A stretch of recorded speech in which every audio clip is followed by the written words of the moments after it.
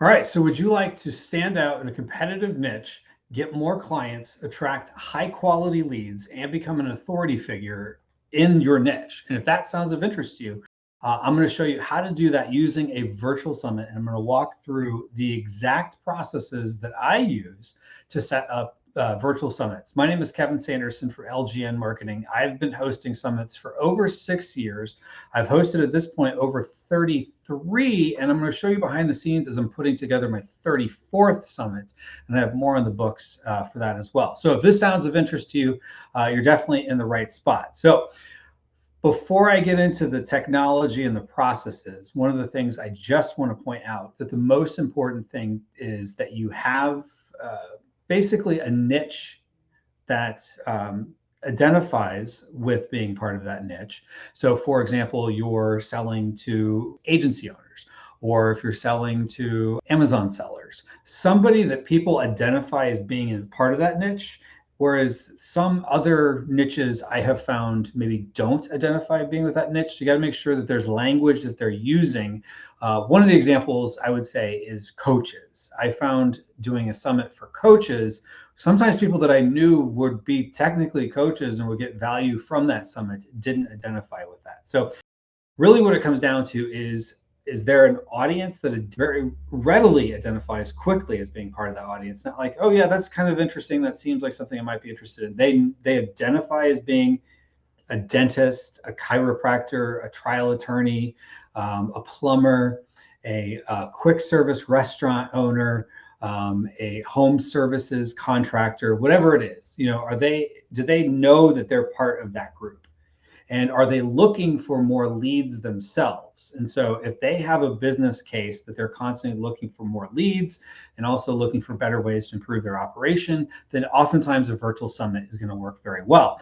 And it would potentially work for you if you also have a high ticket service that you could sell on the back end. Not necessarily have to be, but it's one of the best ways to monetize those new leads that you got. And the nice thing with the summit, as opposed to running ads, you're going to get the ability to get paid on the front end for bringing in leads as opposed to having to pay for ads, because you're going to be able to borrow your speakers lists essentially, because oftentimes they'll promote your summit.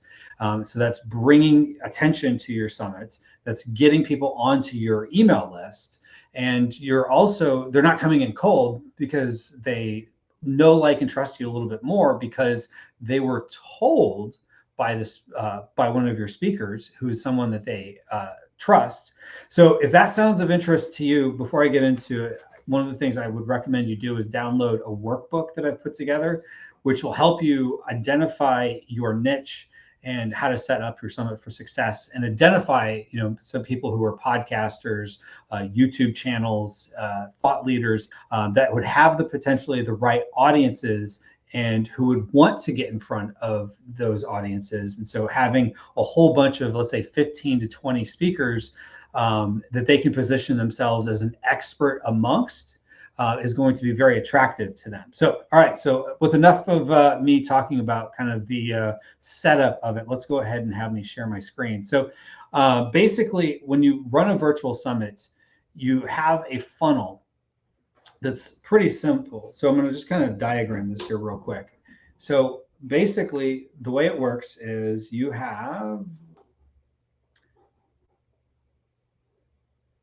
I'll just use my mouse. My pen wasn't working there. But anyway, you've got, let's say, a landing page, and people can sign up either for free. My handwriting is pretty bad. It's even worse with a mouse. Or let's say less than $10. So we'll say less than $10. So that would look like a page kind of like this. This is a summit I did in the past. It was about email list building strategies. And this one was free to sign up. And on the page, basically, we've got the speaker lineup, who's speaking, a little bit about what they're going to be speaking about. We mentioned their companies. And then basically, we want to make it seem as tangible as possible. So we include a mock-up of, basically computers showing it. So it also kind of helps remind people that this is going to be a virtual event. telling people to get access over the dates of the summit. And in this case, it was free. Now, in an upcoming summit that I'm hosting, this is actually a cloned version of a summit that I did just a couple weeks ago. We cloned the funnel, and we're using a similar one where basically I'm going to go in and update the copy and the images and things of that nature to fit that. But in this case, this one's $9 to attend, which if you're going to have a paid summit, you'll generally have less people attend than you would for a free summit. But I tend to find that although you have fewer people, they tend to stick around on your list longer. You'll potentially make more money with fewer people, but you won't have quite as many leads. So it depends on which one is more important to you. Do you want a bigger list to nurture down the road, or you want to make a little bit more money up front? So those are the two things to think about, whether you want to do free or paid.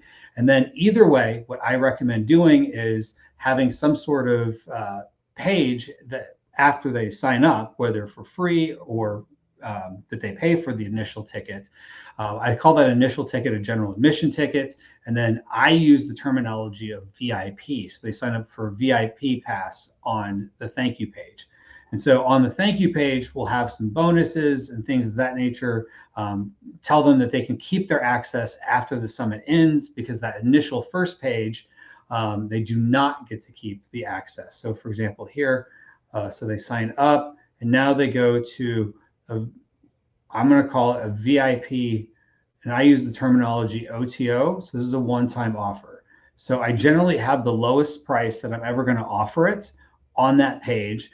And they can either click a button to add that to the cart, and then it charges them automatically, or they say, no, thank you. And then they go to another page. And either way, they go to a different confirmation page. So yes, they go to one confirmation page. No, they go to a different confirmation page. And the one thing I would say, though, is I did just say that, just to clarify, this gets added to their cart. So if I had a collected payment, let's say for the $9 ticket, so for the initial general admission, this system, Kartra, that I use, charges them automatically. They just click like a little box to confirm that they want to pay another charge, and then they get added another charge without having to put their billing information and their credit card number and address and all that fun stuff. Does it automatically. If they were a free ticket, that information isn't saved, and so they would have to put in their information into a cart. So either way, they're going to have to do it. It's whether they do it on the first page or the second page. So then from there, on this case, I'm going to update this. So like this is an example of a summit that this wasn't my summit. I wasn't the face of it. I did it more behind the scenes. And this woman here, Elizabeth Green, shout out to Elizabeth if you're watching this. She was great to work with. She knows a lot about Amazon PPC. So if you're into that, definitely make sure you're following Elizabeth. But in this case, we have a mock-up of what they're getting. So in her case, she was offering a VIP Q&A session. They get lifetime access, and they get a $50 credit with a company called PickFu, which is one of our sponsors. So that was basically what they're getting if they upgraded to VIP there. Change the bonuses a little bit depending on the summit. Sometimes I give previous summits on this one-time offer page. So like, hey, if you sign up right now, you also get included certain things. So that way, whether it was free to sign up or paid to sign up, they're more excited to continue this journey and get a VIP pass, because there's additional bonuses which will go away. So I usually have a 15-minute countdown timer, which I haven't added to this page just yet, which is to give you a little bit of insight into the behind the scenes of how that works. So while all this is happening, we're creating the page, we're creating the content, and at the same time, we're reaching out to speakers. So like in this case, for this upcoming summit that I'm hosting, I've gotten 16 speakers. I generally recommend between 15 and 20 is a good number. So for this one, I'll probably land at 16, may have somebody else come in at the end, but I've already sent out those invitations. I recommend sending invitations out about 5 to 6 weeks ahead of your summit. Start off with people that you have a relationship with, because I tend to find if you can say, especially if you're reaching out to people cold and they don't know you as someone that would host a summit. If you have some social proof of other people they've heard of that are also speaking, that tends to build a little bit of energy. But in my case here, I've been doing summits for the Amazon community, Amazon sellers for a long time. So I have a lot of relationships with those people. So it's very easy for me to reach out to them.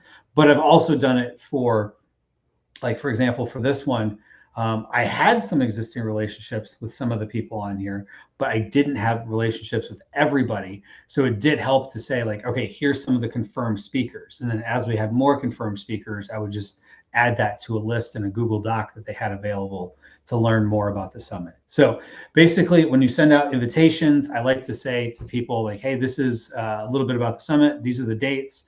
I prefer pre-recording it as opposed to trying to do everything live. Trying to do everything live is a big headache. Things pop up, life happens. Some of your speakers have to change their schedule. And so if it's pre-recorded and they need to change their schedule, it's no big deal. I can just change it for 3-4 days later or whatever the case is. But if it's live, you needed them during that time slot and they're no longer available, it's a lot harder. So I tend to like to have all the sessions recorded ahead of time. And then I give those recordings to an editor that takes out, like, too many ums and ahs, or they're having coughing fits, or the mailman shows up and they got to go, get it, or like all of a sudden somebody might freak out and be like, oh my God, can I redo that slide? I didn't mean to, or their internet dies. Stuff happens. So I have an editor go through, clean all those up, just to at least keep it a clean, professional video. And then from there, while I'm doing these recordings, and to get people to do the recordings, I give them a link to my calendar. So once they say yes, they'd like to be included, they get a link to my calendar. And then I also ask them to fill out a questionnaire. Not everybody fills out the questionnaire, but basically just tells them a little bit more about what the expectations are, which I tell them in the email as well, that I tend to like to have a 45 minutes recording time. And then the thought process is that I want to have a 25 to 30 minutes presentation. Now, if they go over that, as long as both of our schedules align and they need more time than that, I'm usually fine with it. Most people, it's that thought process of time contracts or expands to the time allotted. So if you give more time to people to record their sessions, they will take more time to record their sessions. And I have found when I used to do like hour plus recordings, I would get hour plus recordings. And I was a little nervous going down to a 25 to 30 minutes that attendees might feel like they're not getting as much value. And I actually started getting people commenting that they liked less time. If you have all 5-minute recordings, that's not going to work. But if you have at least 20 to 30 minutes, that seems to be a good sweet spot where speakers have plenty of time to cover valuable information and people feel like they're getting their money's worth. And so that's usually what I do. And I include just a little bit of information about what to expect to the speakers in this survey, as well in the email where I send them this. And then in it, basically ask them if they're willing to promote, which I ask, because if you don't ask, you won't receive. So I tend to find if you ask people to promote, and I like to also say, are you willing to promote by email and by social media? Some people will say no. And I generally, if I've asked them, I don't take them out of the lineup because they're not willing to promote, which I find sometimes people will say no because they don't want to commit to it, but then they're still able to send an email or two and it still works out well. Generally speaking, you're going to get more people signing up through email than from social media. So those are just some things to keep in mind as you're thinking about who to potentially invite. It doesn't necessarily matter how big of a social list they have, which is a good thing to think about if they have, a good following on Facebook or Instagram or whatever, but do they have a good email list? And that's a harder one to know because it's not publicly available like follower counts are on social media. But if they have a good size YouTube channel or good size following, and you can tell they're doing lead magnets and they're building an audience, not just on whatever social media platform, but they're getting people onto an email list, that's usually a good sign that they'd be a good speaker and that they would want to attend your summit as a speaker. Because what we then do is now, while we're recording these sessions and people are starting to book, like for example, the one I'm doing now, I have some of the speakers have scheduled a recording time. Some of them haven't, and I'm still doing recordings over the next 2 weeks as I record this. And at the same time, we're doing a lot of other things in the back end to get ready. So what we do is we create tracking links. And on this page, basically, I've got people that have said that they are willing to speak. So I've got different statuses that I use here in Airtable to keep myself on track of, who's filled out the form, who's scheduled but hasn't filled out the form, and things of that nature. And then we create tags in our system in Kartra, as well as tracking links. And we create a prettier link. So I actually use pretty links in WordPress to do that. And so we also will create Dropbox links. And then in the Dropbox link, we will give them access to promotional images. Now, in this case, we've already created the promotional images. I usually give 3. So one of them will be basically their face, saying that, the name of the summit, and it's just them. Then I also have sponsors. And so I will have another graphic with just them with sponsors. And then I'll have another graphic where it's them as a group. Now, I tend to find the ones where they're a group tends to get shared more, but I wait to the last minute to do that because I'm still confirming speakers. And I still have time for this one. So as I record this, I'll start sending out promotional materials next week. So in about a week. So that'll be about 2 weeks until the summit starts. So that time period will give us to still have enough time to promote, because most people tend to sign up last minute. So you don't need a website up like a month or 2 ahead of time. I tend to find that's overkill. I tend to find the majority of people who sign up for a summit sign up while the summit is live and about 5 days prior.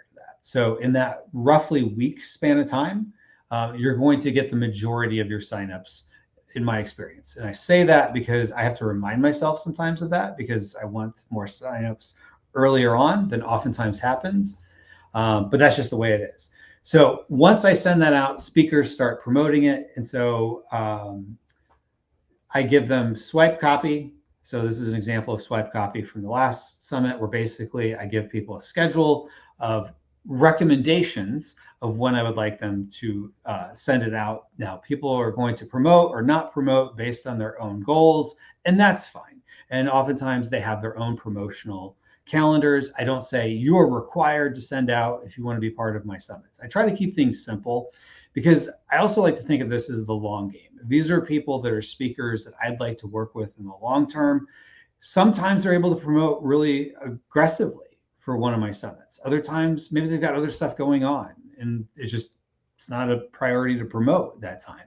And so they don't send as much traffic, and that's okay.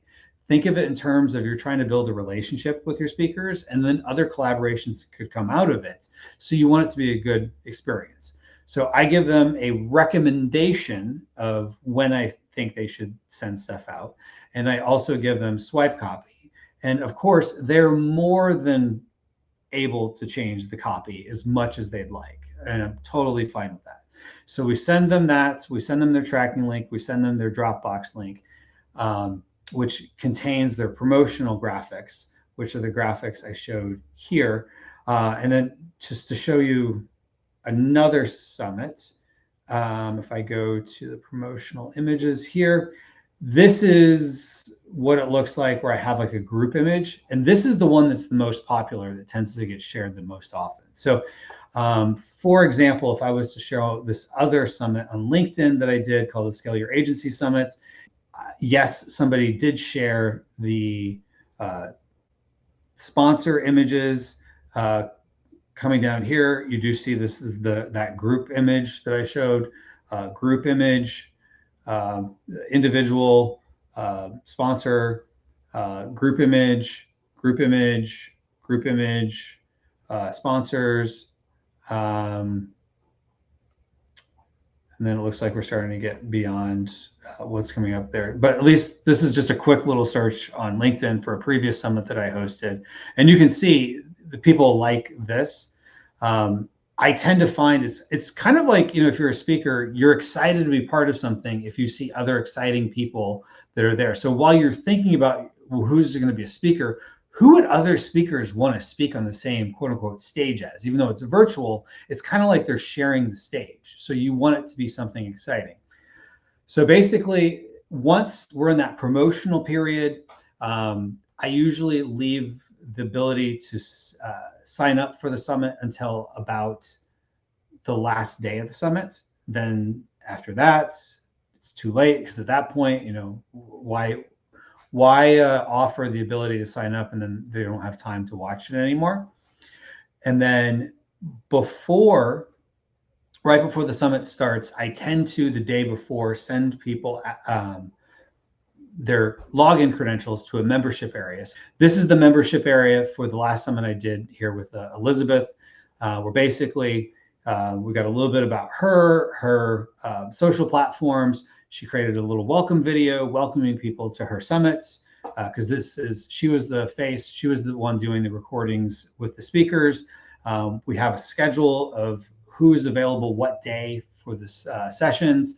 We're also recommending people go check out her YouTube channel, as well as upgrade to VIP if they've not already.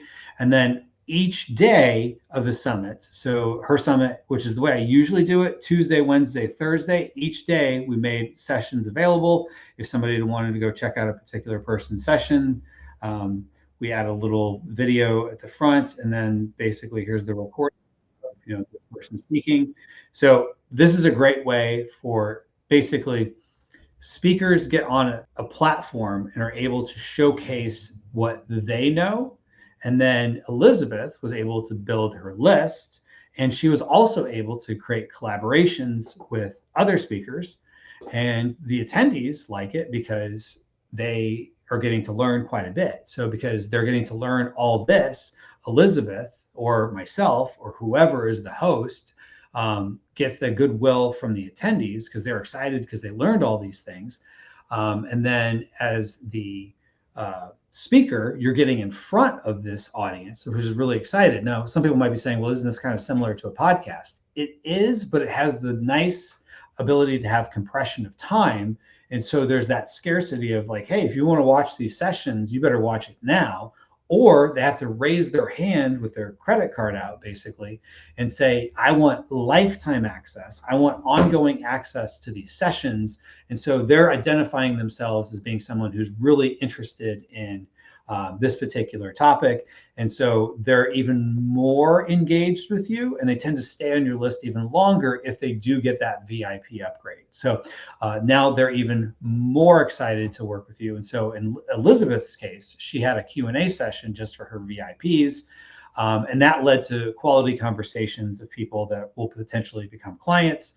I haven't checked with her to see if any have become that just yet, but the summit was not even 2 weeks ago that she hosted. So it did help build her list. It brought in additional revenue for me.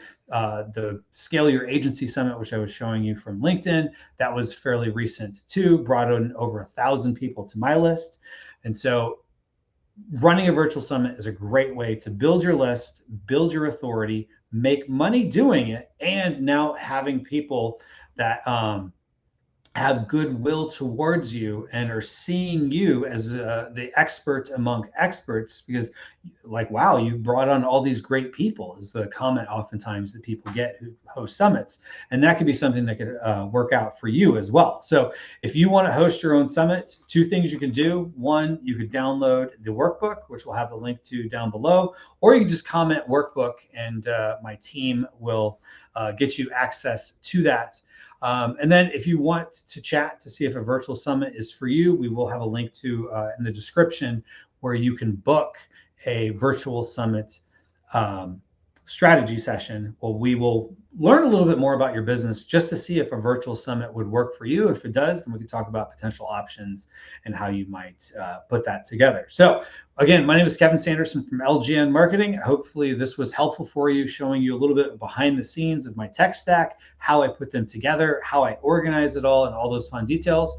And with that, happy marketing.